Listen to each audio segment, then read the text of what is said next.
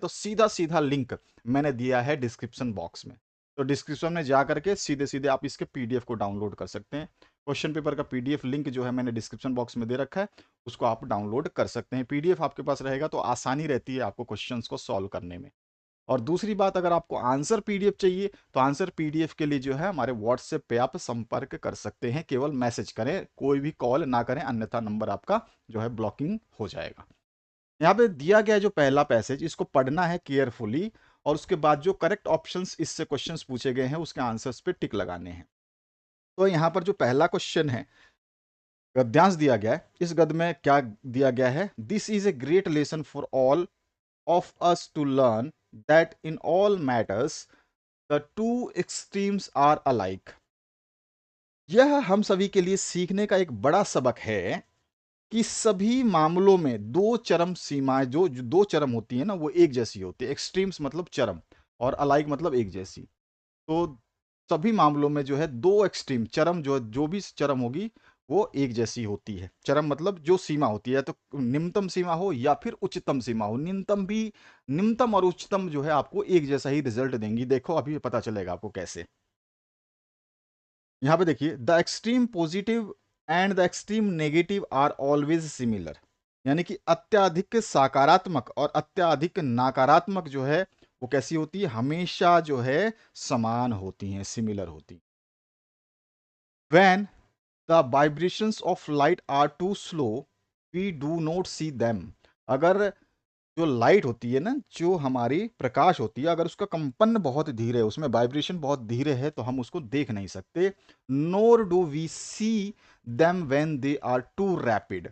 और हम तब भी नहीं देख सकते जब वो बहुत ही ज्यादा तीव्र हो लाइट। देखते हो आप सूर्य की तरफ देखोगे तो आपकी आंखें चौंधिया जाती। कुछ देर अगर आप देख लो सूर्य की तरफ तो सामने दूसरी चीज देखोगे तो आपको दिखाई नहीं देगा, दो चार बार तो पल के झपकाओगे। ठीक है ना? तो यही बोल रहा है कि अगर वाइब्रेशन बहुत ही कम है, ठीक है, प्रकाश का जो कंपन है अगर वो कम है तो भी हम उसको नहीं देख सकते, अगर वो बहुत ही ज्यादा है तो भी हम उसको नहीं देख सकते। सो विद साउंड, और इसी प्रकार जो है ध्वनि के साथ भी है। When very low in pitch we do not hear it, और when very high we do not hear it either. यहां बोला है ऐसा ही ध्वनि के साथ है। जब स्वर जो है, जब ध्वनि जो है बहुत कम होगी तो हम उसे नहीं सुन सकते, और जब बहुत ऊंची होगी तो भी हम उसे नहीं सुन सकते।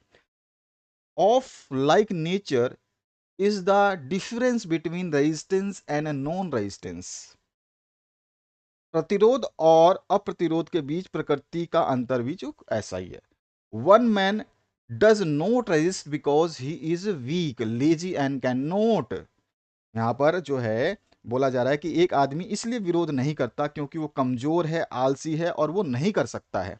The other man knows that he can strike an irresistivity irresistible blow if he likes. और जबकि दूसरा आदमी जानता है अगर वह चाहे तो वो एक अनूठा, अनूठा बोलते हैं इसको, एक अनूठा जो है ब्लो कर सकता है, प्रहार कर सकता है जैसा वो चाहता है। Yet he not only does not strike but blesses his enemies. बल्कि वो अपने शत्रुओं को जो है अपने शत्रुओं पे प्रहार, बल्कि वो अपने शत्रुओं पे जो है प्रहार भी कर सकता है, साथ ही साथ शत्रुओं का ब्लेस भी कर सकता है, यानी आशीर्वाद भी दे सकता है। The weak who shows non resistance is opposed while the stronger one commits a sin if he offers resistance। तो जो कमजोर व्यक्ति प्रतिरोध नहीं करता उस पर अत्याचार किया जाता है। जो वीक है ना उस पर क्या होता है, जो प्रतिरोध नहीं करता, ठीक है, किसी चीज को मना नहीं करता तो उस पर क्या होता है, अत्याचार किया जाता है। जबकि जबकि जो ताकतवर व्यक्ति है, ठीक है, वो ताकतवर व्यक्ति जब प्रतिरोध या विरोध करता है, ठीक है, तो क्या होता है, वो ऐसा लगता है कि वो पाप कर रहा है। देखते हो ना, जो अरे कितने कमजोर को मार रहे हो और कितना ताकतवर है, पापी कहीं का, इस तरह से। तो ये पैराग्राफ कुछ इस तरह का बोला गया है आपसे। अब इसमें आपने समझ लिया होगा हिंदी में, तो अब इंग्लिश में आपको समझ में आ चुका होगा। अब इसका पहले प्रश्न से शुरुआत करते हैं। We are unable to hear sound if, हम किसी ध्वनि को सुनने में असमर्थ हैं, अनेबल, कब होते हैं, या तो वो बहुत ही लो हो या फिर वो बहुत ज़्यादा हाई हो। दोनों ही कंडीशन में हम जो है ध्वनि को नहीं सुन सकते। अभी अभी मैंने पैराग्राफ में पढ़ा, तो यानी कि बोथ ए एंड बी जो है यहाँ पे सही हो जाएगा, डी ऑप्शन। इसके बाद आइए नेक्स्ट क्वेश्चन पे। टू इस to the two extremes are alike means, दो जो एक्सट्रीम्स होते हैं, दो छोर जो है एक जैसे होते हैं, इसका अर्थ क्या है, ये आपसे पूछा गया है। तो यहाँ पर हम क्या बोलेंगे कि हम जो है दो एक्सट्रीम्स एक जैसे होते हैं, इसका मतलब है कि हम सेम रिजल्ट जो है दोनों सिचुएशन में पाते हैं। अत्यधिक बहुत ही ऊंचा होगा तब भी हम वही रिजल्ट पाएंगे, जो अत्यधिक निम्न होगा तब भी। तो we get almost the same result in both the situation, अभी अभी हमने पैराग्राफ में देखा था। तो सी ऑप्शन जो है यहाँ पे करेक्ट हो जाएगा। ठीक है, अब अगला देखिए, नेक्स्ट जो क्वेश्चन है इसमें क्या पूछा गया है, which word in the passage is opposite of slow. Slow का विपरीतार्थी शब्द क्या है, धीरे का विपरीतार्थी शब्द जो है रैपिड, रैपिड मतलब तीव्र होता है। तो यहाँ पे होता है बी ऑप्शन करेक्ट। इसके बाद जो नेक्स्ट क्वेश्चन है उसकी बात करते हैं। यहाँ पूछा गया है 4 से 8 तक के चूज करने हैं आपको, आंसर द फॉलोइंग। अब यहाँ पे dash I dash there with my family, तो यहाँ पे will go, I will go तो मैं जाऊंगा, आई वेंट मैं गया, आई हैड गोन मैं गया था। तो यहाँ पर जो सारे के सारे ऑप्शन सही है, तो all A B C are correct, तो डी ऑप्शन जो है करेक्ट हो जाएगा। इसके बाद पांचवा प्रश्न जो है इसमें पूछा गया है, if you want to know about new things you are, अगर आप जो है नई चीजों को जानने की जिज्ञासा रखते हैं, ठीक है ना, यदि आप नई चीज़ों के बारे में जानना चाहते हैं तो आप क्या हैं, तो आप जो है जिज्ञासु हैं। और जिज्ञासु को हम इंग्लिश में क्या बोलते हैं, क्यूरियस। यहाँ पे जो है डी ऑप्शन करेक्ट हो जाएगा। नेक्स्ट जो क्वेश्चन इसमें पूछा गया, arrange the following word cluster to make a meaningful sentence. अब यहाँ पे क्या है, आगे पीछे वर्ड्स को कर दिया गया है, आगे पीछे वर्ड्स को कर दिया है, तो आप इसको जो है ना सही से सीधे सीधे जमाना है। मिक्स वर्ड है, जम्बलिंग वर्ड है, इनको एक मीनिंगफुल सेंटेंस आपको बनाना है कि कौन से जगह पे कहाँ पे आएगा। ऑप्शंस आपके सामने है, तो इसमें से एक ऑप्शन जो है बेस्ट है, और वो क्या है, यहाँ पे आ जाएगा my brother loves to share his toys. ठीक है, तो यहाँ पे जो है ये आपका सी ऑप्शन करेक्ट हो जाता है क्वेश्चन नंबर 6 में। यहाँ पे पहले क्या आ जाएगा, माई, ठीक है, फिर आ जाएगा ब्रदर, फिर लव्स, ठीक है, टू, ठीक है, फिर शेयर, फिर आ जाएगा हिज, फिर आ जाएगा टॉयज। ठीक है, इस तरह से आपका ये क्वेश्चन का आंसर है। सातवां जो प्रश्न है इसमें पूछा गया आपसे, which of the following word is misspelled. Misspelled का मतलब हो गया कि इसमें से कौन सा जो है सही ढंग से उच्चारित नहीं है। सार जो इसमें वर्ड दिया गया है ना, निम्न में से कौन सा शब्द जो है उसकी बर्तनी गलत है। मिस स्पेल्ड का मतलब बर्तनी गलत है, वो कौन सा ऐसा शब्द है। तो यहाँ पर जो हम देखेंगे, सबसे बेहतरीन जो यहाँ पर आप ध्यान से समझेंगे, अगर एब्यूंडेंस की देखेंगे स्पेलिंग, तो ये मिस स्पेल्ड है। बाकी सारे के सारे जो आपके वर्ड्स है इसके सारे स्पेलिंग सही है, लेकिन एब्यूंडेंस है जो ये गलत है, मिस स्पेल्ड है। ठीक है, बर्तनी इसकी सही नहीं है, इसमें स्पेलिंग मिस्टेक है, तो यहाँ पे ए ऑप्शन करेक्ट हो जाएगा। अबुंडेंस का मतलब क्या होता है, प्रचुरता। ठीक है, अटेंडेंस तो उपस्थिति होती है, और एक्सेप्टेंस क्या होती है, ये होती है स्वीकृति, और एक्चुएंटेंस क्या होती है, ये होता है परिचित। ठीक है, इसके बाद आइए नेक्स्ट क्वेश्चन पे। He jumped dash the well to save the drowning girl. अब यहाँ बोला गया है वह डूबती हुई लड़की को बचाने के लिए खाली स्थान में कूदा, तो इन टू द वेल हो जाएगा। तो बी ऑप्शन जो है करेक्ट हो जाएगा, इन टू द वेल आएगा। ठीक है, इन और इन नहीं आएगा, इन टू द वेल आएगा। ठीक है, फ्रॉम और एट तो है ही नहीं। फ्रॉम का मतलब है से, और एट मतलब पर। कुएं पर नहीं कूदा, कुएं से नहीं कूदा, ठीक है, कुएं में कूदा, तो यहाँ पर आपका इनटू आ जाएगा। क्वेश्चन नंबर 9 to 10 की बात करते हैं। I finished my poem and it was beautiful. It was about a mother duck and a father swan with 3 baby ducklings who were beaten to death by the father because they went too much।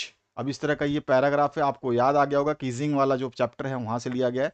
तो ये इस तरह का छोटा सा paragraph दिया जाएगा, इस पैराग्राफ को पढ़ने के बाद में आपको क्वेश्चंस का आंसर देने हैं। यहाँ पर भी आपको 20 क्वेश्चन जो है एमसीक्यू मिलेंगे, अभी 9वें पे हम आ चुके हैं। यहाँ पे जो 9वां प्रश्न है इसमें क्या पूछा गया है, इसको देखिए। In NS poem the ducklings and father swan symbolise. तो जो एन कविता है ना, इस एन की कविता में जो है इसमें पूछा गया है, बतख के बच्चे डकलिंग्स बोलते हैं, और फादर स्वान और हंस पिता जो है वो किसके प्रतीक हैं। तो यहाँ पर आपका क्या आंसर हो जाएगा, ये आपको प्रिडिक्ट करना है। तो यहाँ पे जो है आंसर हो जाएगा, ये है चिल्ड्रन एंड पेरेंट्स, ठीक है ना। डकलिंग्स क्या है, बच्चे हैं उनके, और आदर स्वान क्या है, पेरेंट्स हैं। तो यहाँ पर चिल्ड्रन एंड पेरेंट्स का सिंबलाइज कर रहा है, ये प्रदर्शित कर रहा है, तो ये ऑप्शन जो है आपका करेक्ट हो जाएगा। इसके बाद 10वां प्रश्न देखते हैं। 10वां प्रश्न पूछा गया, mister Keesing had assigned an extra homework earlier because. तो यहाँ पे आपसे क्या पूछ रहा है, ध्यान से समझना है आपको। यहाँ बोल रहा है कि मिस्टर कीसिंग ने एनी को पहले से अतिरिक्त होमवर्क सौंपा था, क्योंकि क्योंकि एन ने talked too much in the class. का आंसर क्या हो जाएगा कि एन ने जो है वो क्लास में अधिक बात बात कर रही थी या बातूनी हो गई थी, है ना। तो एन ने कक्षा में बहुत ज़्यादा बातें करती थी, इसलिए जो है उसको अधिक होमवर्क सौंपा गया था। तो डी ऑप्शन जो है करेक्ट हो जाएगा। 11वें प्रश्न पे आते हैं। 11 से 13 देखते हैं, चूज द करेक्ट ऑप्शंस। तो यहाँ पर पहला 11वां जो है, Mandela pass dash years in jail. तो यहाँ पूछा गया है मंडेला ने जेल में कितने वर्ष बिताए। तो यहाँ पे आ जाएगा 27 ईयर्स जो है उन्होंने जेल के अंदर बिताए थे, ठीक है ना।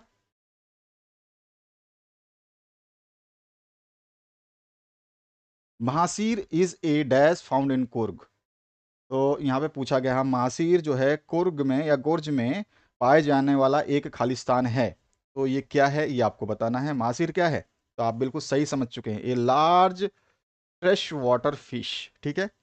A large fresh water fish. तो यहाँ पे आपका आंसर है मीठे पानी में एक बड़ी मछली जो है वो है ये महासीर, ठीक है। यहाँ पे जो है आपका ए ऑप्शन करेक्ट हो जाएगा। अब आते हैं क्वेश्चन नंबर 13 पे। क्वेश्चन नंबर 13 आपसे जो पूछा जा रहा है उसकी बात करते हैं। इसमें पूछा गया है the bus conductor was a dash man. तो बस कंडक्टर जो है वो कैसा मैन था, ये आपको बताना है। तो बस जो बस कंडक्टर था वो एक जो है जॉली मैन था, ठीक है। यहाँ पे जो है बी ऑप्शन करेक्ट हो जाएगा, जॉली। नेक्स्ट जो क्वेश्चन है इसमें पूछा गया है, read the given extract and choose the correct options to answer the following questions, ठीक है। अब देखिए, don't bite your nail Amanda, don't hunch your shoulders Amanda, stop that slouching and sit up straight Amanda. तो इस तरह से ये paragraph दिया गया, अमांडा चैप्टर वाला है ये आपका। यहाँ पे पहला जो क्वेश्चन पूछा गया, who is the speaker in the above lines. तो यहाँ पर कौन जो है ये सब लाइनें बोल रहा है, तो उसके पेरेंट्स बोल रहे हैं, हर पेरेंट्स उसके माता पिता। बी ऑप्शन जो है करेक्ट हो जाएगा। नेक्स्ट जो क्वेश्चन इसमें पूछा गया है, the speaker is speaking like this because. अब स्पीकर क्यों, मतलब जो ये उसके पेरेंट्स है वो इस तरह से क्यों बोल रहा है, तो वो इसलिए बोल रहे हैं कि instructions can make Amanda behave better. यानी कि जो वो निर्देश देना चाहते हैं, जो चीज़ ये बोल रहे हैं इस लाइनों के माध्यम से, तो ये निर्देश जो है अमांडा को बेहतर व्यवहार करवा सकते हैं, इसलिए जो है वो ऐसा बोल रहे हैं। तो यहाँ पे सी ऑप्शन करेक्ट हो जाएगा कि बेहतर व्यवहार जो है अमांडा से करवाने के लिए स्पीकर जो है इस तरह से बोल रहा है। इसके बाद choose the correct options and answer the following. अब 16 से 20 तक के क्वेश्चंस हैं। It was a temptation to keep it Tikki on as a permanent guest because. अब यहाँ पर जो है पूछा क्या गया है, देखिए ध्यान से। यहाँ बोल रहा है टिकी को स्थायी अतिथि के रूप में रखना एक प्रलोभन था, क्योंकि। अब ये प्रलोभन क्यों था भैया, तो क्या आंसर हो जाएगा, प्रलोभन इसलिए था क्योंकि जो मिसेस पम्फेरी थी वो सेंड करती थी ए lot of eatables that the doctor enjoyed, ठीक है ना। वो बहुत सारे खाने पीने की वस्तुएं जो है भेजती थी, यानी कि श्रीमती पम्फेरी जो है बहुत सारे खाने की चीज़ें भेजती थी जिनका डॉक्टर जो है आनंद उठाते थे, ठीक है, या उठाया। तो यहाँ पे डी ऑप्शन जो है बिल्कुल सही हो जाएगा। इसके बाद जो नेक्स्ट है, अनिल टॉट हरी सिंह टू। तो अनिल ने जो है हरी सिंह को सिखाया, क्या सिखाया ये आपको बताना है। तो अनिल ने जो है उसको कुकिंग, राइटिंग एंड नंबर्स, तीनों चीज़ें सिखाई थी। तो यहाँ पे कुकिंग भी सिखाई थी, लिखना भी सिखाया था और नंबर्स भी सिखाया था। तो बी ऑप्शन जो है करेक्ट हो जाएगा। इसके बाद जो है, the book gifted to Ebright by his mother was. तो इब्राइट को उसकी माता द्वारा कौन सा बुक जो है उपहार के स्वरूप दिया गया था। तो यहाँ पे जो आंसर हो जाएगा, the travel of monarch x, यही है ना। तो यहाँ पर जो हमारा आंसर हो जाएगा डी ऑप्शन करेक्ट। अब 19वें प्रश्न पे आ गए हैं हम। Which of the following combinations describes माटिल्डा। तो माटिल्डा के लिए जो इसमें से कौन सा बेहतरीन जो चीज़ है ये यहाँ पे डिस्क्राइब कर रहा है कि माटिल्डा ऐसी थी, आपको बताना है, ठीक है। तो कौन सा संयोजन जो है मटिल्डा का वर्णन करता है? तो मटिल्डा जो है फैशनेबल थी, एम्बिशियस थी और मिडिल क्लास की थी। सही है ना? ये आपने पढ़ा था, मटिल्डा जो है एम्बिशियस थी, मिडिल क्लास की भी थी, यानी कि महत्वाकांक्षी थी, मध्यम वर्ग की, और क्या थी? एम्बिशियस थी। महत्व जो है आपका क्या कहते हैं, फैशनेबल, यानी कि आपकी कैसी थी वो? मध्य मिडिल क्लास की थी, मध्यम वर्गीय थी, और एम्बिशियस यानी महत्वाकांक्षी भी थी और फैशनेबल थी। ठीक है, तो यहाँ पे बी ऑप्शन जो है इसका करेक्ट हो जाता है। इसका ये वर्णन करता है मटिल्डा के व्यवहार के बारे में। ठीक है, तो ये कौन सा संयोजन है? तो मटिल्डा के, ये बेस्ट संयोजन है मटिल्डा के बारे में।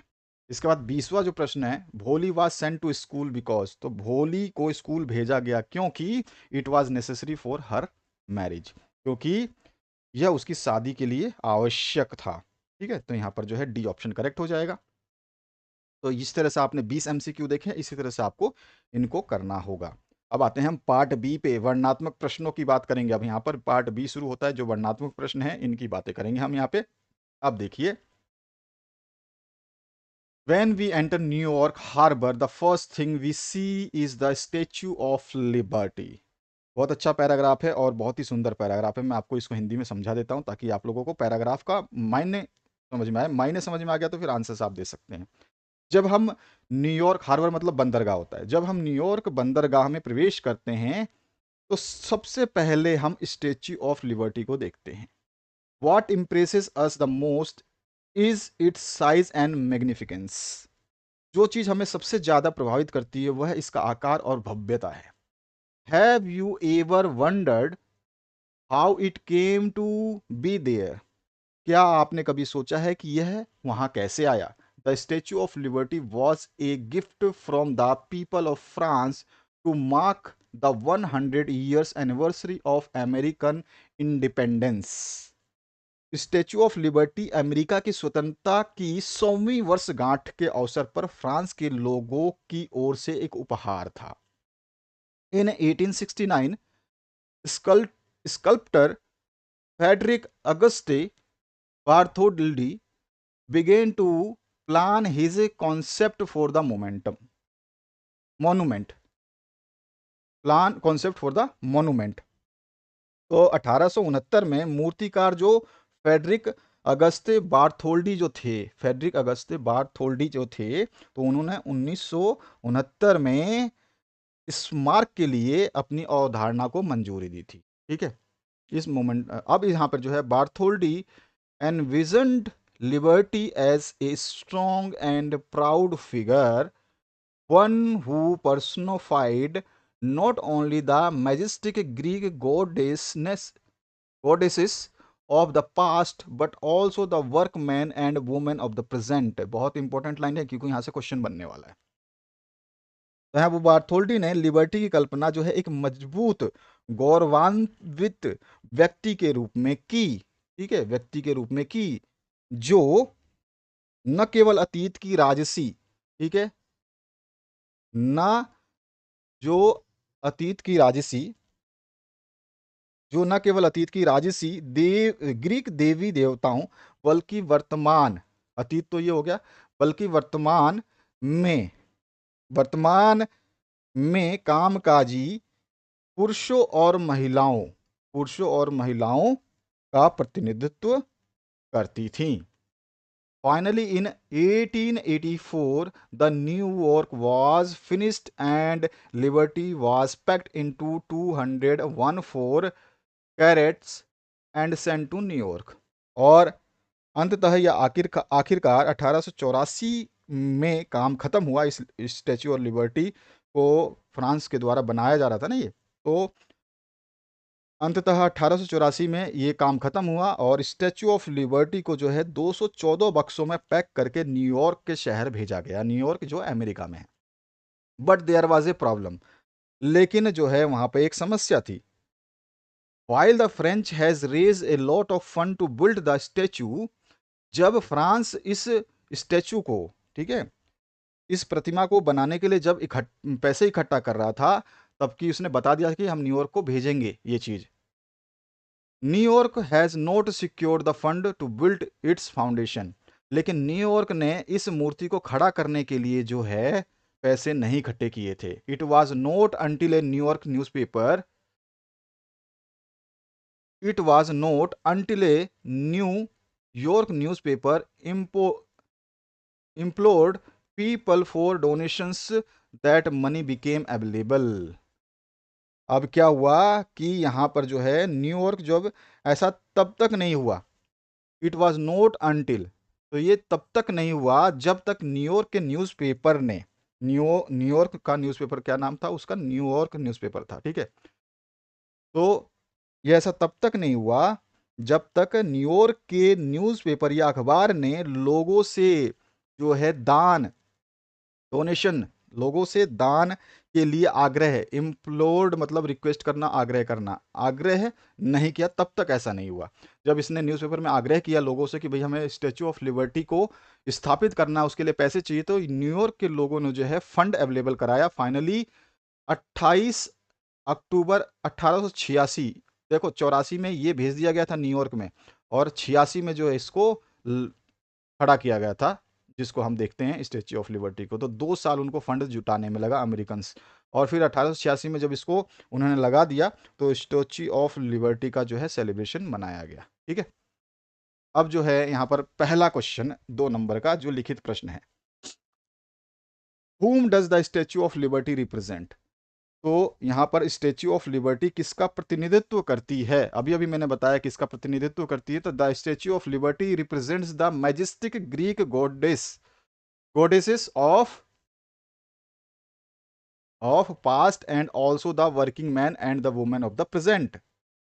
हम इसको कह सकते हैं कि स्टैच्यू ऑफ लिबर्टी जो है वो क्या करती है, अतीत की राजसी, majestic Greek goddesses of the past, अतीत की राजसी ग्रीक देवी देवताओं और वर्तमान, ठीक है, और वर्तमान के कामकाजी पुरुषों और महिलाओं का प्रतिनिधित्व करती है। ये अभी अभी मैंने आपको बताया था कि यहाँ पे आंसर जुड़ेगा, ठीक है। इसके बाद देखिए दूसरा प्रश्न इसमें पूछा गया, what is meant by the underline portion. अब यहाँ पे अंडरलाइन पोर्शन दिया गया है, Liberty was packed into 214 crates and sent to New York. इसका मतलब क्या हुआ, यहाँ पे जो अनुच्छेद दिया गया है या फिर जो आप पैराग्राफ दिया गया, इसमें रेखांकित अंश जो है उसका क्या अभिप्राय है, आपसे पूछा गया है, व्हाट इज मीनिंग। तो यहाँ पर हम इसका आंसर लिखेंगे, the meaning of underline portion that the Statue of Liberty was very huge. Statue of Liberty जो है बहुत बड़ा था, विशाल था, that's why it was packed in to 240 crates. अब इसको जो है इसीलिए, इस वजह से जो है इसको जो है 214 बक्सों में जो है पैक किया गया और सेंड किया गया न्यूयॉर्क सिटी में, ठीक है, न्यूयॉर्क शहर में भेजा गया। इसका लाइन का मतलब ये है। इसका तीसरा जो प्रश्न है, ये 2-2 अंक की प्रश्न, ध्यान रखना है, आंसर आपको बहुत समझ के लिखना पड़ेगा। How did America collect money to install the statue. अब अमेरिका ने जो है मूर्ति को स्थापित करने के लिए धन कैसे एकत्रित किया, तो इसका क्या आंसर हो जाएगा, तो इसका आंसर हम लिखेंगे, America collected money to install the statue. America कैसे कलेक्ट कर रहा है, तो हम क्वेश्चन से ले रहे हैं इस लाइन को, America collected money to install the statue by implored the American public to donate money in his New York newspaper.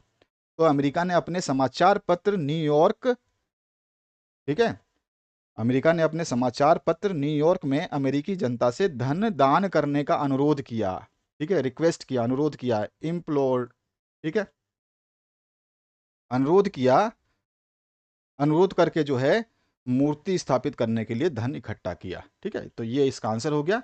अब यहाँ पे which word in the passage mean requested, अभी मैंने बताया था कि रिक्वेस्ट करना, अनुरोध करना का मतलब होता है इम्प्लोर्ड। तो यहाँ पर जो है ये वाला आपका आंसर हो जाएगा, पैराग्राफ में ये दिया गया है जो कि मैंने आपको बताया था, ये रहा वो वर्ड, ठीक है। चलिए अब आगे बढ़ते हैं, राइटिंग सेक्शन। इसमें आपसे 2 क्वेश्चन पूछा गया, write a letter to elder brother who lives in Delhi sharing your feelings about how you miss him at home. तो आपको अपने बड़े भाई को पत्र लिखना है कि आप, वो जो दिल्ली में रहता है, तो आप उसको कितना जो है, आप उसकी आपकी जो फीलिंग्स हैं वो आपको वहाँ पे व्यक्त करनी है कि आप उसको कितना मिस कर रहे हो, कितना याद कर रहे हो, ठीक है। वो दिल्ली में रहता है, तो आप अपना एड्रेस लिखोगे पहले, तभी आपने लेटर लिखते हैं हम अपने किसी भी रिश्तेदार को, तो हमें अपना एड्रेस लिखना होता है, जो कि दिल्ली का है तो दिल्ली का, तो भाई उसको पत्र लिखना है, तो दिल्ली वाले का एड्रेस नहीं आता है। आप अपना एड्रेस लिखेंगे, चाहे अपने घर का लिखें चाहे किसी का भी, ध्यान रखना है अगर आपको लेटर में एड्रेस नहीं दिया है तो आपको एड्रेस खुद बनाना होगा। अपनी मर्जी से कोई भी एड्रेस लिख सकते हैं, पर्सनल लेटर में केवल आपका एड्रेस आएगा, जिसको भेजा जा रहा है उसका एड्रेस नहीं आएगा, ध्यान रखना है। ये चीज़ इसके नंबर कटते हैं। तो यहाँ पर जो है मैंने कुछ भी लिख दिया, जैसे हाउसिंग कॉलोनी कोई भी नंबर डाल दिया, गोरखपुर यूपी में डाल दिया। आप उत्तर प्रदेश का कोई भी शहर ले सकते हैं, आप उत्तर प्रदेश का पूरे भारत की किसी भी राज्य से आप कोई भी एड्रेस उठा सकते हैं। उसके बाद डेट लिखना बहुत ही ज़रूरी है। डेट आपके एड्रेस के नीचे आएगा, जो भी आप एड्रेस लिखेंगे उसके बाद डेट जरूर मेंशन करना है। डेट आप मेंशन करके, आप चाहें तो सन डालें ना डालें, लेकिन डेट आपको जरूर मेंशन करना है। उसके बाद आप डियर ब्रदर करते हुए आप ब्रदर का नाम लिखना चाहें तो लिख सकते हैं, but dear brother is enough. उसके बाद में I hope this letter finds you in good health and high spirits. As for me, I am doing well. Has Delhi been good to you? क्या दिल्ली तुम्हारे लिए सही है, अच्छा है? It is such a distant city that I can't visit you there. I miss you dearly my brother. अब it has been a few years since we last met and gossiped under the sun। ठीक है, हमको काफ़ी time हो गया, last जो है few years हो गए हैं जब हम अंतिम बार मिले थे और खूब हमने तो बातें की थी सन, धूप में बैठ करके। I remember how we used to sit on the terrace and watch the stars twinkling in the sky। हम याद कर रहे हैं, वो फीलिंग्स हमें बतानी है कि हम क्या क्या क्या है। Those moments were magical and they made me feel that anything is possible if we have faith in ourselves। इसके बाद जो है आगे का पोर्शन में हम लिख सकते हैं, I understand that you have your own life and responsibilities, but I want you to know that you are missed dearly at home। It is not just me, but everyone in the family feels the same way। We all look forward to your visit and we hope that you will come soon। Take care of yourself and please keep in touch। We will be waiting, I will be waiting for your reply। Yours true brother. जो भी आप नाम लिखना चाहें, ए B C D कुछ भी लिख सकते हैं, क्योंकि आपको उसमें नाम नहीं दिया गया है। ठीक है, इसके और पार्ट में जो है आपको कुछ लिखना है, उसको देख लेते हैं। और पार्ट में आपसे बोला है, write an application to the principal of your college complaining that the water tanks is in the school are not being cleaned regularly. जो है पानी की टंकियां जो कॉलेज में है, स्कूल के अंदर जो है, वो आपकी जनरली जो है ढंग से सफाई नहीं होती हैं या सही ढंग से साफ नहीं किए जाते हैं। तो इस लेटर को हमें लिखना है। और ये जो है आपका, जैसे आप लीव एप्लीकेशन लिखते हैं, इस टाइप में जो है आप लिख सकते हैं। ठीक है ना, तो ये आपको अपने स्कूल या कॉलेज के लिए लिखना है। तो चलिए इसको आंसर्स को समझते हैं। सबसे पहले, to the principal city college या सिटी स्कूल, जो भी आपको ऊपर दिया गया है, आप अपनी मर्जी से कोई भी स्कूल कॉलेज ले सकते हैं। एड्रेस आपको लिखना है, फिर डेट आपको मेंशन करनी है। ठीक है, ये चीज़ आपको समझ में आ गया। सब्जेक्ट मेंशन करना है, क्योंकि ये आपका पर्सनल लेटर नहीं है। मैंने बताया था कि जब आपका पर्सनल लेटर होगा तो उसमें सब्जेक्ट हम मेंशन नहीं करेंगे। जैसे कि आप देख सकते हैं, यहाँ पर सब्जेक्ट की आवश्यकता नहीं होती। कभी भी सब्जेक्ट मत डालना जब अपने रिश्तेदारों को, भाई को, बहनोई को, भतीजे को, और मामा को, फूफा को, फूफी को, जिसको भी पर्सनल, मतलब आपके रिश्तेदारों में जब भी होगा तो सब्जेक्ट नहीं आएगा। ध्यान रखना, विषय की जरूरत नहीं पड़ती है, ना ही लिखना, नहीं तो नंबर कटते हैं। लेकिन जब ऑफिशियल लेटर होगा प्रिंसिपल को, रेलवे इंक्वायरी करने के लिए, या फिर न्यूज़पेपर में किसी विज्ञापन को देने के लिए, थाना में पुलिस कंप्लेंट कराने के लिए, पोस्ट ऑफिस के लिए, सड़क सुरक्षा के लिए, ये जो भी आपके ऑफिशियल लेटर, आपके घर परिवार को छोड़कर जो भी लेटर आते हैं, उसमें सब्जेक्ट आपको देना होगा। ध्यान रखना है, एड्रेस जरूर लिखना है, डेट मेंशन जरूर करना है।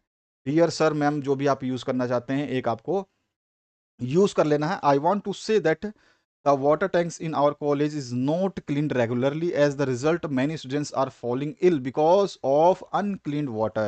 most of the students are absent due to this। ठीक है, तो सीधा सीधा हिंदी तो आप समझ सकते हो। therefore I request you to give a strict order to peon to clean water tank regularly। I hope you will understand the situation। Thanking you करते हुए अपने दोस्त का नाम जो भी लिख सकते हैं, उसके बाद खत्म कर देंगे, कहानी खत्म। अगला जो तीसरा प्रश्न है, राइट ए रिपोर्ट। रिपोर्ट राइटिंग करनी है आपको इसमें क्राफ्ट एग्जीबिशन पे। ठीक है, 6 अंकीय प्रश्न है, ध्यान रखना है। और इसके बाद जो है इसमें हिंट भी है, आप इन हिंटों का इस्तेमाल करेंगे। इसके और पार्ट में आपको दिया गया है, पिक्चर दिया गया है, और इसके ऊपर जो है आपको एक आर्टिकल लिखना है। और आर्टिकल का जो मेन थीम है वो है advantages and disadvantages of internet. ठीक है, तो यहाँ पर दोनों में से कोई एक करोगे तो आपको जो है 6 नंबर का अंक जो है 6 अंक प्राप्त हो जाएंगे। ये चीज़ आपको ध्यान रहेगी। अब हम क्वेश्चन को जो है सॉल्व करते हैं। और इसके आंसर्स को देखते हैं कि कैसे इसके आंसर्स जो है आएंगे। तो देखिए, इसमें जो है पहला पार्ट, अगर क्राफ्ट एग्जीबिशन की बात करें तो हम उसको लिखेंगे। और ये है क्या, क्राफ्ट रिपोर्ट राइटिंग है, ठीक है, ध्यान रखना है। तो रिपोर्ट राइटिंग का तरीका क्या होता है, देखिए, क्राफ्ट एग्जीबिशन जो भी आपका रिपोर्ट राइटिंग का, पहले जो है आप यहाँ पे विषय लिख देंगे, ठीक है, कि किस विषय में है। क्राफ्ट एग्जीबिशन पे है तो क्राफ्ट एग्जीबिशन लिखा। रिपोर्ट राइटिंग है, ध्यान रखना है, तो रिपोर्ट राइटिंग में क्या क्या चीज़ें लिखते हैं ये ध्यान रखना है। तो क्राफ्ट एग्जीबिशन के बाद में किसके द्वारा, आप अपना नाम लिख देंगे। अगर क्वेश्चन पेपर में नाम देता है तो ठीक है, अगर नहीं देता है तो आपको कोई भी नाम एक यूज़ करना है। बाई किसके द्वारा, है ना, अपना नाम जो है आपको, जो एग्जीबिशन का रिपोर्ट तैयार कर रहा है उसका नाम। डेट जरूर मेंशन करना है इसमें, और यहाँ पर करना है, जैसे ही आप अपना पैसेज शुरू करेंगे उसके ऊपर डेट मेंशन कर देना है, ठीक है। तो ये हो गया आपका ये थोड़ा सा थीम, जो कि आपको एक रिपोर्ट के लिए कैसे लिखना है। रिपोर्ट राइटिंग में आपको विषय लिखना है, नाम लिखना है और डेट लिखना है। ये तीन चीज़ें जो है आपको लिखना है। पहली चीज़ ये लिखनी है, दूसरी चीज़ ये लिखनी है, और तीसरी चीज़ ये लिखनी है। तो तीन चीज़ें ये लिखोगे तो आप समझ जाओ कि एग्जामिनर समझ गया कि आप जो है अच्छी तरह से जानते हो रिपोर्ट राइटिंग को। उसके बाद जो रिपोर्ट जो है आपको तैयार कर देनी है। The craft exhibition at my school was a success. The event featured a wide variety of handicraft item such as jewellery और पोट्री और टेक्सटाइल्स एंड मोर। आप चाहें तो इसमें से कुछ भी चेंजेस कर सकते हैं। Students, teacher and parents participated and showcase their talents, ठीक है। The exhibition was well attended and received positive feedback from visitors. The piece, आप बता रहे हैं कि वो क्राफ्ट एग्जीबिशन जो हुआ था उसकी रिपोर्ट पेश कर रहे हैं, कैसा था वो, वहां पे क्या हुआ था। The pieces on display were creative and high quality. It was a great opportunity for the school community to come together and appreciate the arts. Additionally, the craft exhibition provided an opportunity for the students to learn about the different techniques and materials used in crafting. The event also provided a platform for the students to sell their creations and earn some money. The exhibition hall was decorated beautifully with the displays arranged in a way that made it easy for visitors to navigate and appreciate the pieces on display overall. It was a great learning experience for the students and an entertaining event for the visitors. तो इस तरह से आप खत्म करेंगे। छोटा सा paragraph लिखना, बहुत ही प्यारा सा सुंदर सा पैराग्राफ। याद रखना ये तीन चीज मेंशन करना नहीं भूलना है, उसके बाद जो है आप लिख सकते हैं, ठीक है, समझ में आ गया आपको। अब इसके दूसरे पार्ट में जो है आपको advantages and disadvantages of internet के ऊपर आर्टिकल लिखना है। अब आर्टिकल का क्या फंडा होता है उसको समझिए। अभी हमने रिपोर्ट का जो है फंडा समझा कि रिपोर्ट कैसे राइटिंग करनी है। ध्यान रखना है, जो चीज़ें समझा रहा हूँ बड़े ध्यान से समझना, तभी तो आपके, मैंने बताया था 95 से आप 9900 तक कैसे जा सकते हैं। तो ये जो है ये रूल कहते हैं, इसी का नंबर कटते हैं। टॉपर्स कुछ ज़्यादा नहीं लिखते हैं आपसे, आप जो लिखते हो वही लिखते हैं, लेकिन लिखने का तरीका होता है। तो आर्टिकल राइटिंग की बात करते हैं। आर्टिकल कैसे लिखा जाएगा, उसका फॉर्मेट कैसा होता है। Advantage and disadvantage of internet. Pre board परीक्षा मेन एग्जाम में यहाँ से क्वेश्चंस देखने को मिलेंगे, बड़े तरीके से तैयार करना। हिंदी का पेपर मैंने सॉल्व करवा दिया है, हिंदी का पेपर आप चेक करना चाहते देख सकते हैं। इसी तरह से हिंदी का पेपर समझाया गया है। आप पूरी जानकारी के लिए जो है प्लेलिस्ट चेक कर सकते हैं, और ये वीडियो जैसे ही खत्म होगा आप उसको भी चेक कर सकते हैं।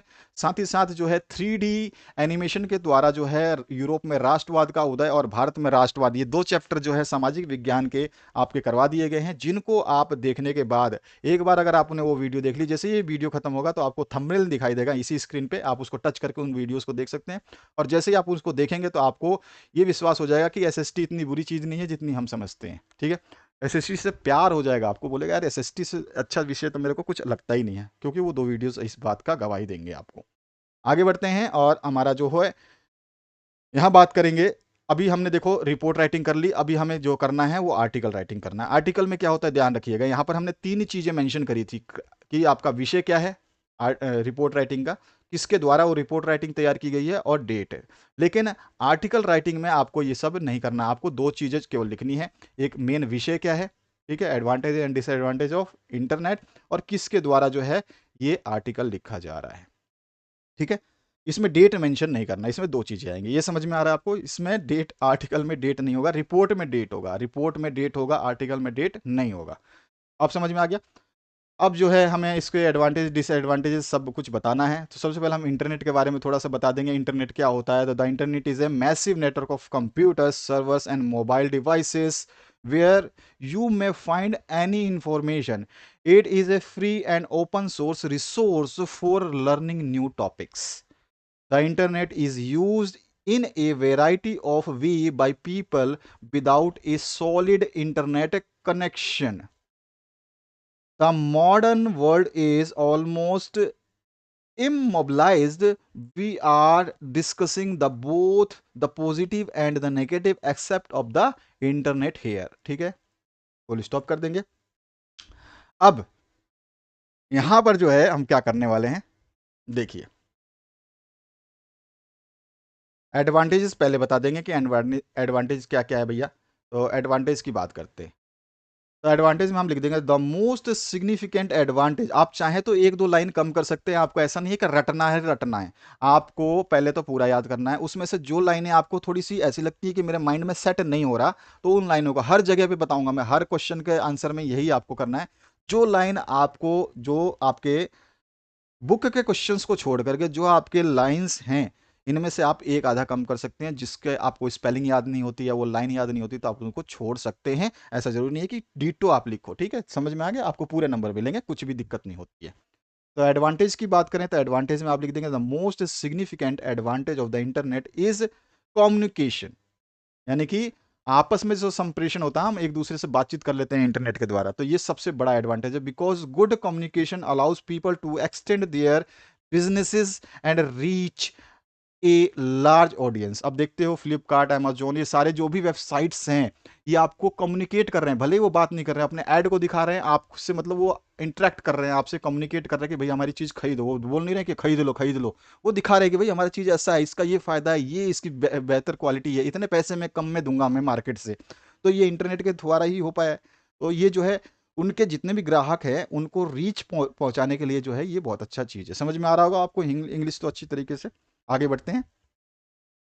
It had also enhanced schooling. अब स्कूल में भी जो है इंटरनेट के बहुत ज़्यादा प्रचलित हो चुका है। इंटरनेट के माध्यम से लोग बाग जो पढ़ रहे हैं, जैसे कि आप अभी पढ़ रहे हैं, तो ये सारी चीज़ें हैं।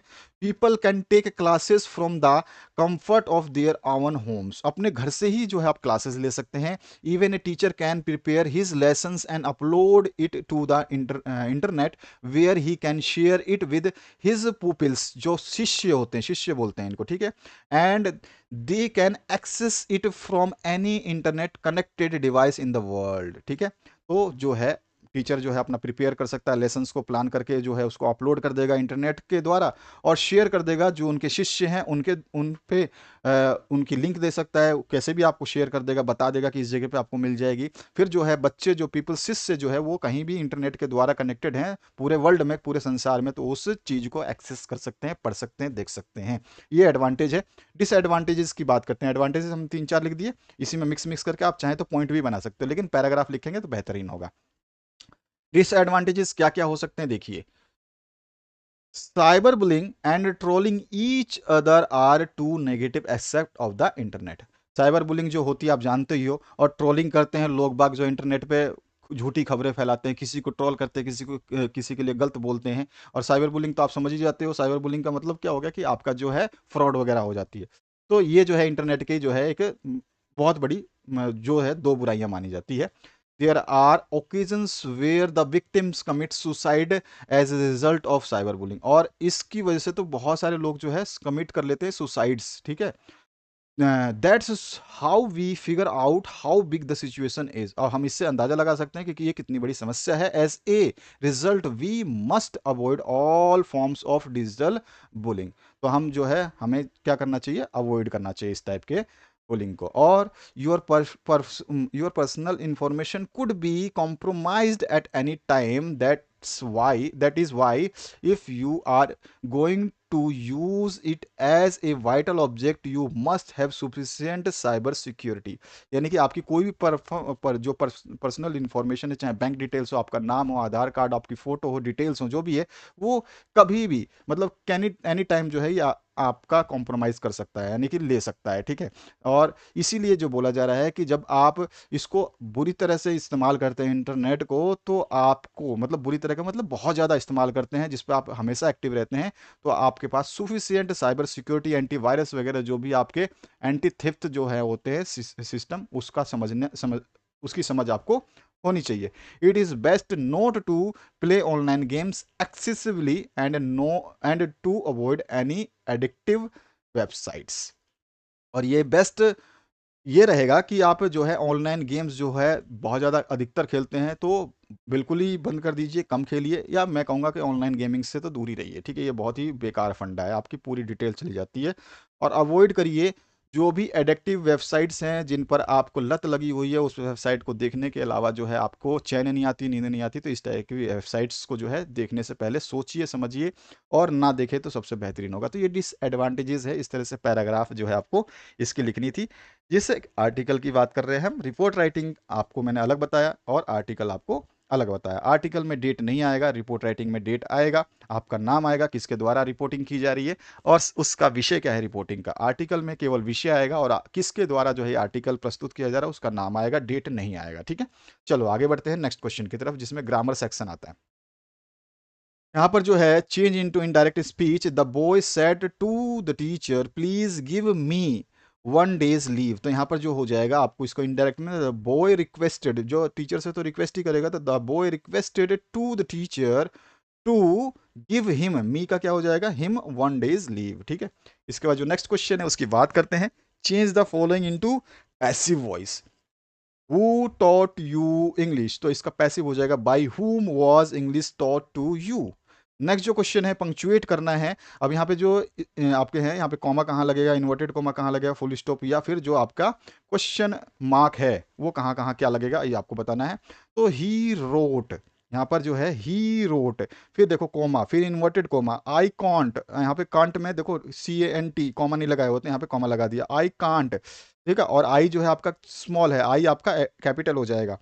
कम बिकॉज आई एम इल, ठीक है, ये फुल फुल स्टॉप लगा दोगे, बस इतना ही आपको करना होगा, ठीक है। अब आगे बढ़ते हैं इसके दूसरे पार्ट की तरफ। अब देखिए,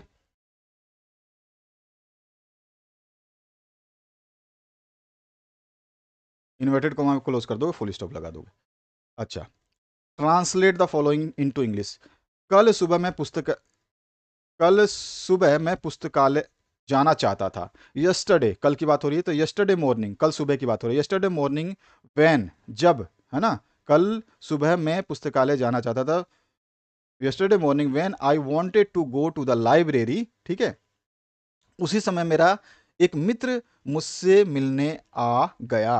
at that time A friend of mine, मेरा मित्र, केम टू मीट मी, मेरे से मिलने आ गया। हम शाम तक साथ रहे। We stayed together till the evening, हम शाम तक साथ रहे। मित्र से मिलकर मैं खुश था, तो I was happy to meet my friend. लेकिन परंतु किंतु पुस्तकालय न जा पाने के कारण दुखी भी हुआ। But was also sad because I could not go to the library, ये इसका आंसर हो जाएगा, ठीक है। समझ में आ गया होगा। लिटरेचर सेक्शन की बात करते हैं, जो बुक से क्वेश्चंस पूछे जाते हैं, वहां पर आ चुके हैं हम। यहाँ पर जो पहला क्वेश्चन है, mention varieties of the bread that are an essential part of celebration in Goa. इसी के और पार्ट में भी एक क्वेश्चन है, who took pity on the young seagull और where did he sleep that night. ये आपको बताना है। 3-3 अंक के 2 प्रश्न पूछे गए हैं, ठीक है, 3-3 अंक के 2 प्रश्न पूछे गए हैं। आपको जो है यहाँ पर ए पार्ट कर रहे हो तो इसमें से कोई एक प्रश्न करना है और बी पार्ट में से आपको एक प्रश्न करना है, तो 3-3 6 अंक आपको मिल जाएंगे। सबसे पहले हम ए पोर्शन की बात करते हैं, तो मेंशन करेंगे वैरायटीज़ की, यानी कि ब्रेड की उन किस्मों का हम उल्लेख करना, हमसे उल्लेख करने को बोला गया है। ब्रेड की उन किस्मों का उल्लेख करें जो गोवा के गांवों में उत्सवों में अनिवार्य हिस्सा माना जाता था या अनिवार्य था, ठीक है। दूसरा क्वेश्चन पूछा गया, who took pity on the young seagull where did he sleep at night. तो यहाँ पे पूछा गया है कि जो यंग सीगुल था ठीक है, समुद्री सीगुल का मतलब है समुद्री पक्षी। तो जो यंग सीगुल था उस पर जो है दया किसने दिखाई, और वह उस रात को कहाँ सोया। ठीक है, तो दोनों क्वेश्चन का आंसर देखते हैं। सबसे पहले क्वेश्चन का answer, the villagers were much fond of the sweet bread known as bol. तो यहाँ पे बोलेंगे, हम गोवा की बात कर रहे हैं, तो जो है गांव वालों को जो है मीठी रोटी बहुत ही पसंद थी जिसको वो बोल बोलते थे। Marriage gifts were meaningless without these sweet breads. और जो गोवा की जो ब्रेड थी, इन इन ब्रेड मीठे ब्रेड के बिना जो है शादी के तोहफे जो है अर्थहीन माने जाते थे। Sandwiches, cake and bolinhas were a must for Christmas as well as other festival. और जो सैंडविच हैं, केक हैं और बोलिनहा हैं, वो क्रिसमस के साथ साथ अन्य त्योहारों के लिए जो जरूरी माने जाते थे। तो ये किस्म है जिनकी हमने चर्चा कर दी कि ये एसेंशियल पार्ट सेलिब्रेट करते थे हम गोवा में। तो इस तरह के ब्रेड्स जो हैं, सैंडविचेस, केक हो, बोलिनहास हो, ठीक है, ये सारे माने जाते थे। ठीक है, तो ये चीज़ आपको बस इसमें लिखनी है। इसमें आपका जो है नेक्स्ट क्वेश्चन, उसकी बात करते हैं कि भाई समुद्री सीगुल था जो, उस पर दया किसने की और उस रात कहाँ सोया। तो यहाँ पर देखिए इसके क्वेश्चन का answer, his mother pitied on the young seagull. तो उसकी माँ जो यंग सिगुल था उस पर जो है उसकी माँ को दया, या माँ ने उस पर दया दिखाई। The young seagull slept in the brick of the ledge और cliff standing on one leg closing one eye and the other. He pretended to fall asleep, attracting sympathy from his parents, but it hardly made any difference. तो यहाँ बोला गया, युवा सुगिल जो है चट्टान के किनारे पर एक पैर पर खड़ा होकर के एक एक आंख और फिर दूसरी आंख बंद करके सोया। ठीक है, और साथ ही साथ जो है उसने अपने माता पिता की सहानुभूति आकर्षित करने के लिए जो है एक नाटक किया, लेकिन शायद इससे कोई ज़्यादा फर्क नहीं पड़ा, उसके माता पिता इतने समझदार थे। इसके बाद जो है नेक्स्ट क्वेश्चन, हाउ डिड वाली save money for the bus ticket. ये 3 नंबर का क्वेश्चन था, कोई भी एक करते तो आपको 3 नंबर मिलना था, और बी पार्ट अब करोगे तो आपको फिर 3 नंबर मिलेगा, यानी कि 6 नंबर आपको इस तरह से मिलेगा। तो जो बाली है ना, उसने बस के टिकट के लिए पैसे कैसे बचाए ये आपको बताना है। और दूसरा इसी में प्रश्न पूछा गया, why was Lencho angry with the post office employees.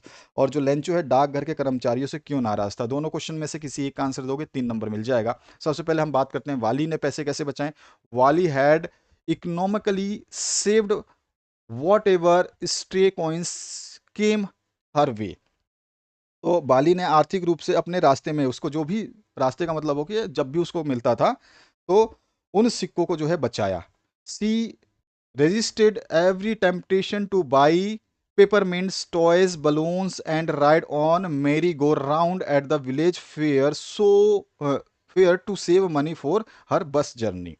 उसने जो है अपनी बस यात्रा के लिए जो है पैसे बचाने के लिए जो है, जो आपके पेपरमिंट्स थे जिसको आप पुदीना बोलते थे, खिलौने थे, बलून्स जो थे, और जो है उसने गुब्बारे खरीदने से मना, मतलब उन सब चीज़ों को जो है क्या करा, प्रलोभन का विरोध किया। मतलब वो नहीं चाहती थी कि ये सब करूं ताकि मेरे पैसे बच जाए। ठीक है, और उसने हिंडोल की सवारी जो है करी नहीं की। तो ये सारी चीज़ें जो है करके उसने जो है पैसे बचाए थे। इसमें लेंचो क्यों जो है डाक कर्मचारियों से नाराज़ था, ठीक है, ये आपको बताना है। तो यहाँ पर आ जाइए, नेक्स्ट जो है, Lencho was angry with the post office employees because after opening the envelope there were only 70 pesos instead of 100 which he had requested from God.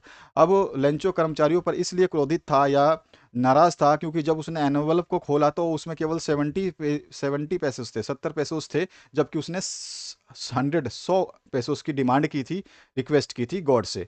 और ही thought that the remaining money was taken by the post office employees. और उसने ये सोचा कि भाई 70 पैसों तो उन्होंने मेरे को दे दिया, और पोस्ट ऑफिस एम्प्लॉयज़ ने जो बाकी पैसों है उनको रख लिया।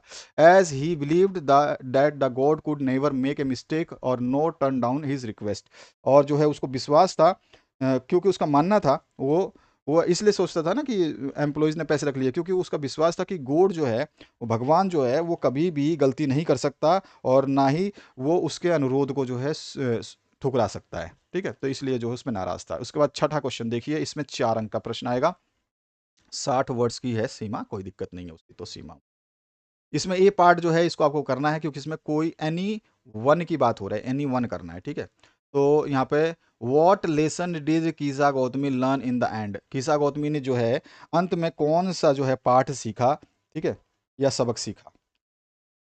तो इन the end Kisa Gautami was free from all illusions, यानी कि अंत में जो है कीसा गौतमी जो थी वो सभी भ्रमों से मुक्त हो गई थी। सी wandered from house to get a handful of mustard seeds, but could not find but could not find it, जो है वो मस्टर्ड सीड जो होता है आपका, जिसको हम बोलते हैं सरसों के बीज, है ना।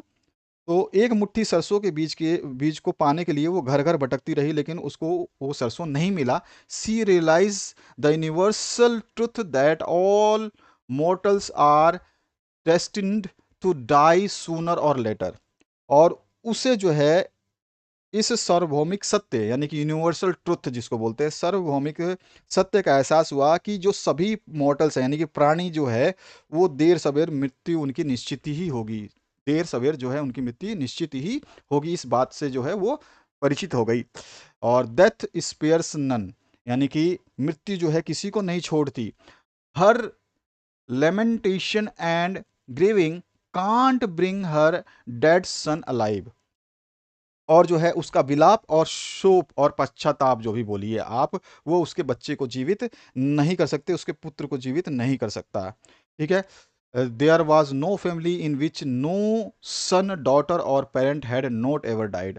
और ऐसा कोई परिवार उसने वहाँ पे नहीं देखा था जिसमें किसी बेटे बेटी या उसके माता या पिता की मृत्यु ना हुई हो। तो ये लेसन उसने जो है कीसा गौतमी ने वहाँ पे सीखा, ठीक है।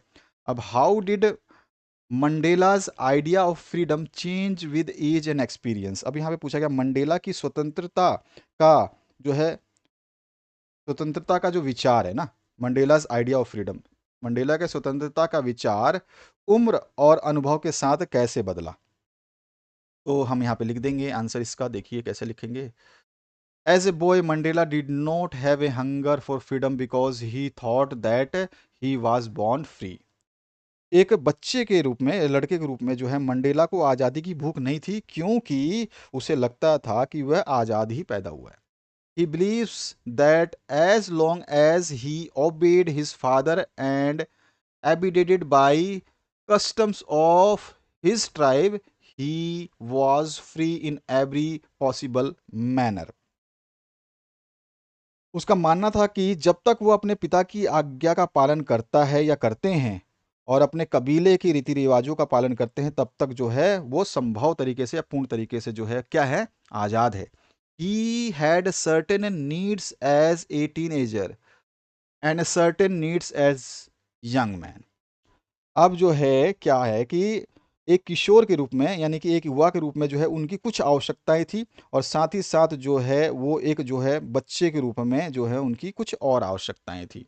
Gradually he realize that he was selfish during his boyhood.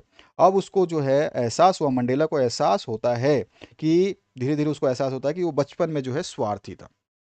He slowly understand that it was not just his freedom that is being curtailed, but the freedom of all blacks।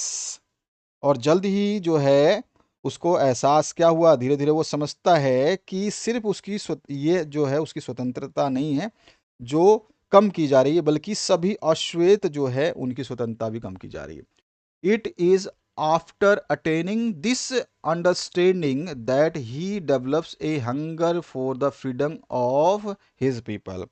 और इससे इससे पाने की बात इससे ही, इसको समझते हुए उसने अपने लोगों की स्वतंत्रता की भूख जो है वो देखी या समझी, ठीक है। तो इस तरह से उसके समय के हिसाब से जो है उसका हंगर जो है वो बढ़ता अलग ही होता गया।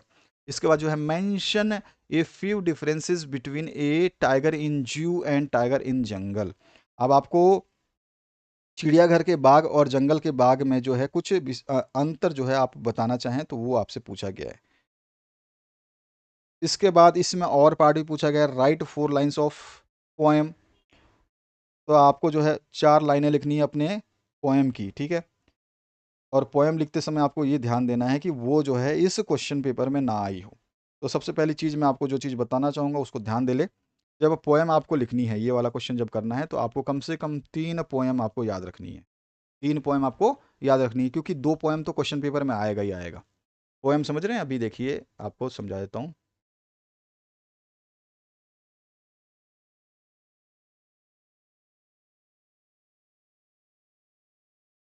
ये देखिए, जैसे ये है ना पोएम, तो इस पोएम को अभी 3 लाइनें लिखी है, अगर वो 4 पूछता है तो 4 लाइनें आपको इस तरह से लिखनी होगी। कोई से भी लाइनें पैराग्राफ का आप उठा सकते हैं, ध्यान रखिएगा।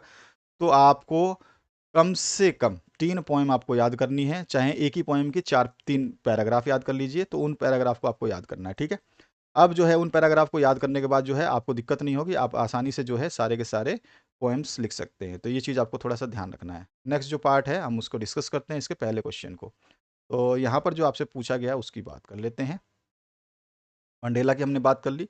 अब हमें डिफरेंस बताना है, टाइगर अगर जू में है, ठीक है, उसमें और एक टाइगर जो जू में नहीं है, उसमें क्या अंतर है, ठीक है? तो यहाँ पे बोल रहा है कि बिटवीन टाइगर इन ए जू और इन ए जंगल, यानी कि एक टाइगर बाघ जो है जंगल में है और एक बाघ जो है चिड़ियाघर में है, तो उन दोनों में क्या अंतर है ये आपको बताना है।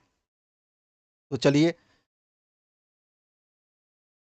हम बता देंगे, the difference between A tiger in जू एंड इन ए फॉरेस्ट और जंगल इज ह्यूज, यानी कि एक चिड़ियाघर में और एक जंगल में बाघ हो तो उसमें बहुत बड़ा अंतर होता है। In the cage he has lost its freedom, अगर वो पिंजरे में है, ठीक है, जू में है, पिंजरे में है, तो उसका जो है आज़ादी क्या है, उसकी आज़ादी उसने खो दी है। It is a trapped animal, यानी कि जो है ये फंसा हुआ जानवर माना जाएगा। It can no longer enjoy hunting, जो है ये अपने शिकार करना जो है अपने शिकार का आनंद नहीं ले सकता है। It is more like a circus clone, और जो है ये कैसा हो जाएगा, ये सर्कस के जोकर की तरह हो जाएगा। It is bounded by rules and regulations of the zoo keeper, और जो है ये चिड़ियाघर के जो पालक है, चिड़ियाघर का पालक है, जू कीपर जिसको बोल सकते हैं, उसके नियमों और उसके जो है रेगुलेशंस के हिसाब से जो है बंधा रहेगा। लेकिन अगर वहीं हम बात करें टाइगर जंगल में है, तो the tiger is the king of the forest, तो हम जानते हैं कि बाघ का जो बाघ जो है वो जंगल का राजा है। इट इज बॉर्न फ्री, और जो है वो वहां पर बिल्कुल स्वतंत्र रहता है या फिर स्वतंत्र पैदा होता है। It roams about the forest roaring regally, जो है ये जंगल में जो है दहाड़े मारते हुए घूमता रहता है, ठीक है। इट इंजॉयज इट सुपरमेसी, अपने वर्चस्व का जो है ये आनंद लेता है। All animals are afraid of it, और जो है सभी जानवर इससे डरते हैं। It is thus widely royal, और इसलिए जो है इस प्रकार जो है ये बेतहाशा शाही अपने आप को महसूस करता है। तो इस तरह से हम बता सकते हैं भाई, दोनों जंगल एक जू में और एक जंगल में हो शेर, तो क्या अंतर हो सकता है, अपने हिसाब से भी बता सकते हैं। लाइनें अपनी मर्जी से चेंज भी कर सकते हैं। इसके बाद जो है the central idea of the any of the following में से किसी एक का सेंट्रल आइडिया लिखना है। फायर एंड आइस से पूछा जाएगा आपसे, द ट्रीज और the tale of custard dragon, इन सभी में से किसी एक का जो है आपको सेंट्रल आइडिया लिख देनी है। सेंट्रल आइडिया में क्या है, आपको जो पहले अगर मैं बात करूँ फायर एंड आइस की, तो central idea of the poem fire and ice composed by Robert Frost is that the poem Fire and Ice expresses the idea that the world would end either by ice or fire। जो है ये Robert fast के द्वारा जो है ये Robert के द्वारा जो है रची हुई सेंटर आपकी जो पोएम है। और इस पोएम का जो केंद्रीय विचार है, जो सेंट्रल आइडिया है, वो क्या कहता है कि दुनिया या तो बर्फ से या तो आग से समाप्त हो जाएगी। According to the poet fire symbolize human desires, greed, cruelty etcetera. और कवि के अनुसार जो है या कविता के अनुसार जो हम बोल सकते हैं कि जो आग है वो मानवीय इच्छाओं, लालच और क्रूरता आदि का प्रतीक है। On the other hand ice जो बर्फ है वो symbolises differences in human relationship, hatred और rigidity according to the poet, ठीक है। तो पहले हम बता देते हैं इसका आंसर। बर्फ जो है मानवीय रिश्तों में अंतर है, घृणा और कठोरता का प्रतीक बताता है। और जो है according to the poet both fire and ice are equally capable to end the world completely. और कवि के अनुसार जो है आग और बर्फ दोनों ही संसार को पूर्णतः समाप्त करने में समान रूप से सक्षम है। तो ये सेंट्रल आइडिया जो है इस पोएम का है। अब जो है दूसरा द ट्रीज का सेंट्रल आइडिया क्या हो सकता है, इसकी बात कर लें। The poem the trees by Adrienne Rich shows the conflict between man and nature with the growing and development of the society। ठीक है, तो अब जो एड्रिन रिच जो है इसके कविता के जो है लेखक हैं, वो क्या कहते हैं कि ये पोएम जो है एड्रिन रिच के द्वारा जो लिखी गई है, ये दर्शाता है कि वृद्धि और विकास के साथ साथ मनुष्य और प्रकृति के बीच जो है संघर्ष जो है बढ़ता जा रहा है। इस चीज़ को ये दिखा रहा है सोसाइटी में। Human beings have use nature for their own benefit, अपने हित के लिए जो उन्होंने नेचर को यूज़ किया है। Cause a lot harm to the nature environment, और उन्होंने बहुत ज़्यादा क्षति पहुंचाई है एनवायरनमेंट को, नेचर को। The poet, poetess wants to give the message that presence of a few trees inside our home does not give us the feeling of nature। वह जो पोएट है, कवि हैं, वो कहते हैं कि ये मैसेज देना चाहते हैं कि अगर हम अपने घरों में कुछ पौधे पेड़ लगा देते हैं तो वो हमें जो है उस फीलिंग का एहसास, उस चीज़ का एहसास नहीं करा सकती है कि वो नेचर है, प्रकृति का एहसास नहीं करा सकती है। Real nature is outside in the forest that we have in destroyed, और जो असली प्रकृति है वो तो बाहर है, ठीक है, जिसको हमने नष्ट कर दिया है। The poem tells us how trees want to break free from the walls that humans have put around them and go out into the forest. ठीक है, तो यहाँ पे बताया जा रहा है कि भाई पोएम हमारे को ये बताती है कि ट्री जो है वो चाहते हैं कि जो इंसानों ने जो दीवार खड़ी है वो उससे बाहर जाएं और अपने जंगल में जो है जा करके वो रहें। The poetess says that everything has a deep desire of freedom। तो यहाँ पे जो कवि है वो कहते हैं कि हर चीज़ जो है अपने उसके लिए, फ्रीडम के लिए, यानी कि आज़ादी के लिए जो है, प्रत्येक वस्तु में जो है गहरी स्वतंत्रता की चाहत होती है। It is necessary for growth and well being, so we must follow the laws of nature. और जो है यह एक विकास और खुशहाली ये विकास और खुशहाली के लिए जो है ज़रूरी है, आवश्यक है, इसलिए हमें प्रकृति के नियमों का पालन करना चाहिए। ये पोएम का सेंट्रल आइडिया ये कहता है।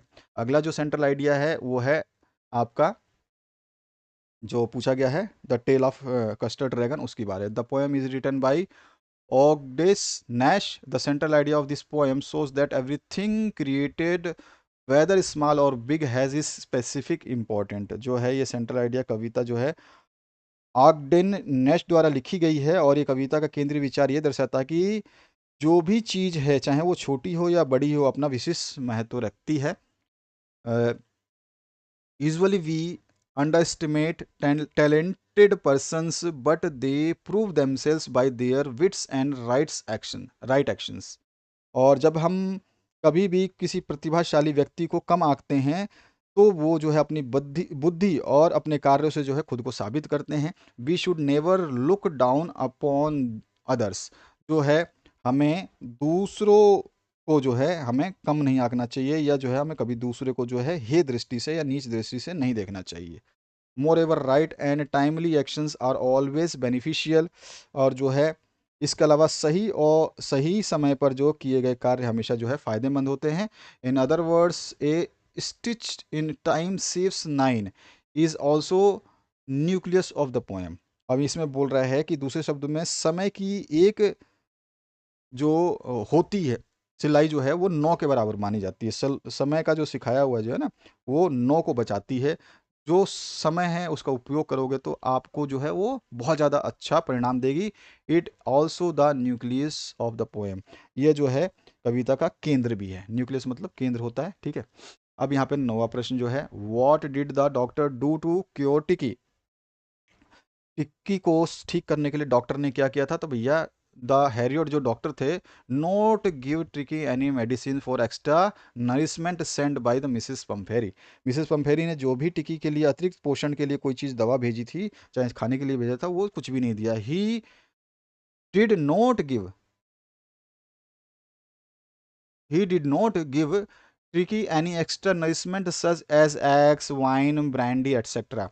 जो है डॉक्टर ने जो है उसको ट्रिकी को जो है एक्स्ट्रा नरिशमेंट, जो पोषक तत्व नहीं दिए, जिसमें एग हो सकता है, वाइन हो सकता है, ब्रांडी, ये कुछ भी नहीं दिया। But he gives tricky more exercise, खूब ज़्यादा जो है उससे व्यायाम कराया, एक्सरसाइज कराई। नॉर्मल फूड दिया जो अदर डॉग खाते थे। After 15 days when Mrs Pumphrey came to collect Tikki, she was very happy to see Tikki looking healthy, strong and active.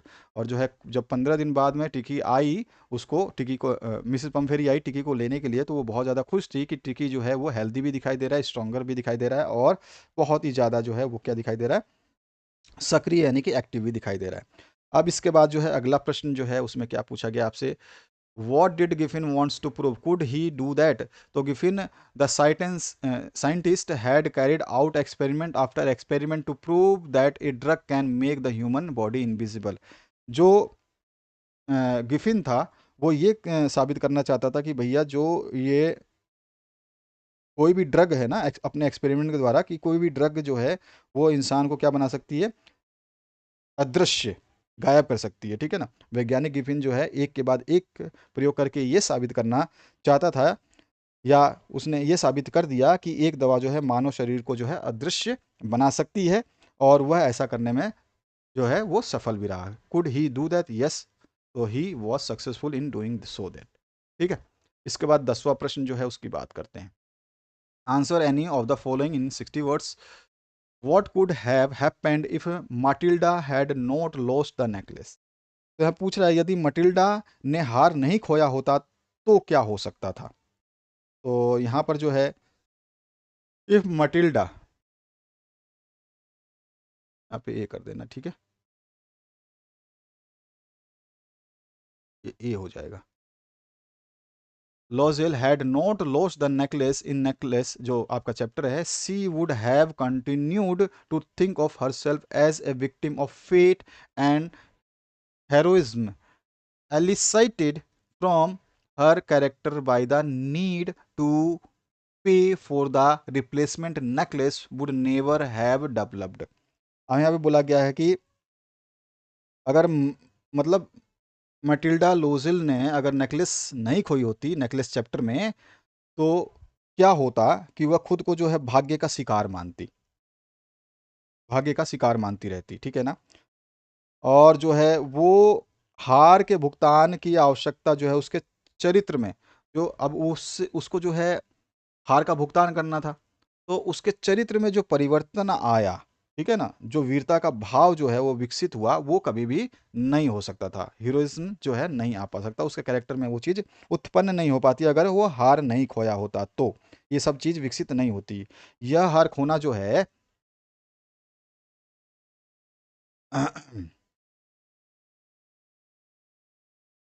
it is losing the necklace which promotes this change in her character and allows her to feel proud and glad rather than obsessed with luxury, wealth and status।